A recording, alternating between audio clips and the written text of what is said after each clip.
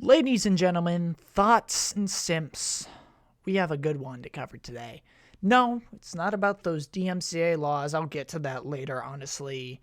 That's some actual bullshit that I'll do on stream. I'll actually unedit this. I'll unedit that and go ham on that shit. But today, we got a good one, actually. Some good news, actually. The Mandalorian Season 2 is done. And as of this recording, I watched the final episode. I watched it at work, and I enjoyed the hell out of it. I really did. Now that I got some more lights on and I put the cat into my bedroom, I can continue. Now, in all honesty, it's really embarrassing. It's so embarrassing, okay? I'm just dumbfounded with how embarrassing the sequel trilogy has been, considering the fact that, well, God, it was so awful. And you look at this, and it was, oh my God, it's an insult. The sequel trilogy is officially an insult. Now, honestly, it's not that I hate them, okay? I rather think they had some good things in them.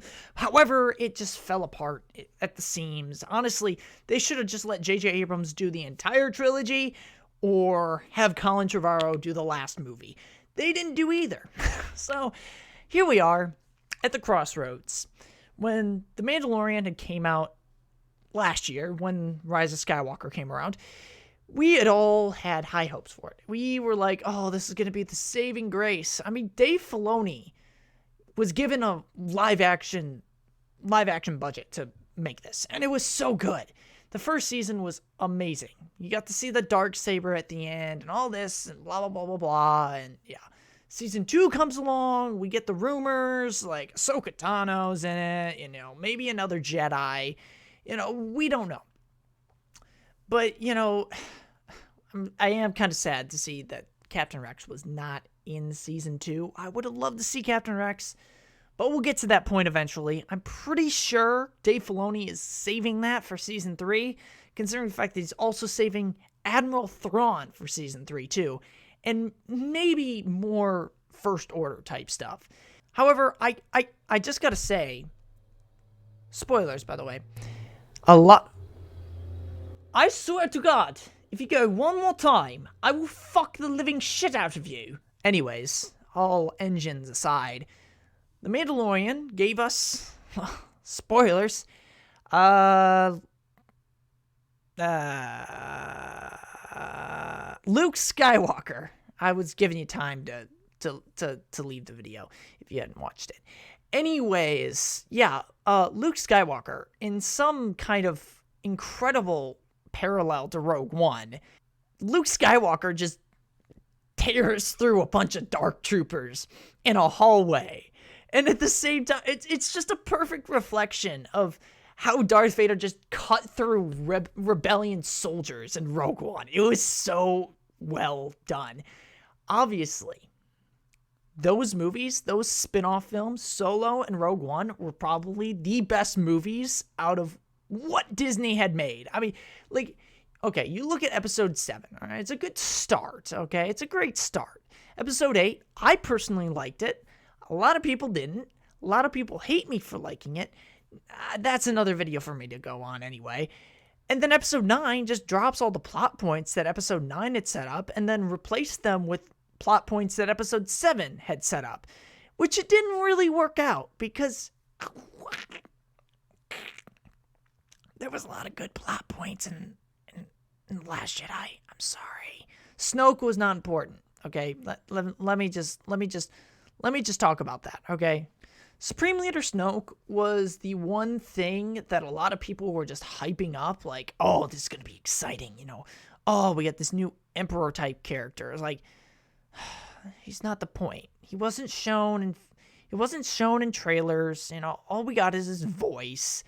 Kylo Ren was the star of the show. Honestly, I would have much rather have Kylo Ren been the villain for Episode 9 instead of the Emperor again.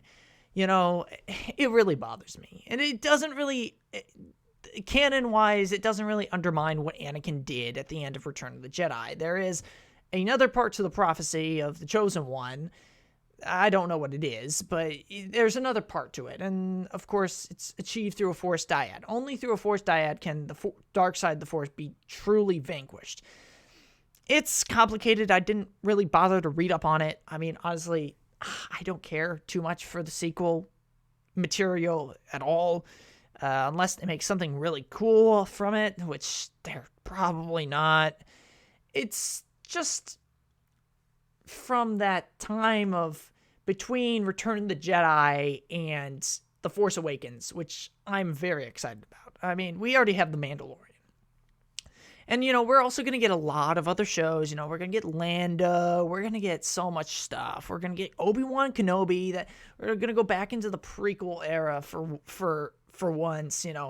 Acolyte looks, even though we haven't seen anything from Dark Acolyte, we're going to see Darth Plagueis there. No doubt in my mind, we're going to see Darth Plagueis and Acolyte. That's High Republic stuff, and it's time to actually finally see what Darth Plagueis is in this new canon material, because all the previous materials is gone, vanished. One of the things that some of my friends really absolutely hate, and and also me, myself included, also think Kathleen Kennedy should have taken inspiration from, instead of just going out and redoing everything. And yeah, God, so annoying.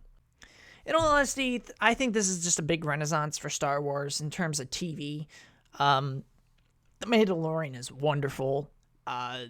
Everything that's going to come after is going to be phenomenal. We're going to get an Ahsoka series, Obi-Wan series, Lando series. I'm pretty sure we're going to get a droid series. I don't know. I mean, they have so many ideas. And this is the part about the expanded universe that I really am excited to see now. Because back when George Lucas was doing this stuff, doing Star Wars, he didn't want to do anything related to the EU. He didn't want to do anything. He specifically told people to not cover the Clone Wars during the original trilogy days, because that was supposed to be strictly him. And then when you got to the prequels, then you can explore that area of time. Now, honestly, the stuff that the people put out was strictly fan fiction. I mean, George Lucas had called it canon, but he always had intended the canon material to be decanonized when his eventual sequel trilogy was going to come out, which that didn't happen because obviously people hate the prequels. I still hate them to death, but there are some things that I like about it. Honestly, that's really my opinion on everything, so Nate, shut the fuck up about that. Episode 3 is fine, okay? Just saying that. But yeah, Star Wars, whatever it is, it's gonna be back. Honestly, though, it's a sad story. I mean, these sequel movies could have been so much better. And I just wanted to lay my thoughts out on this. I mean, the sequels were just a slap to the face to people. I mean, for some, some people actually found more enjoyment out of them. There are a lot of problems with the sequel trilogy, and I have always considered writing, and I have ideas in my head, about how I would have done the sequel trilogy.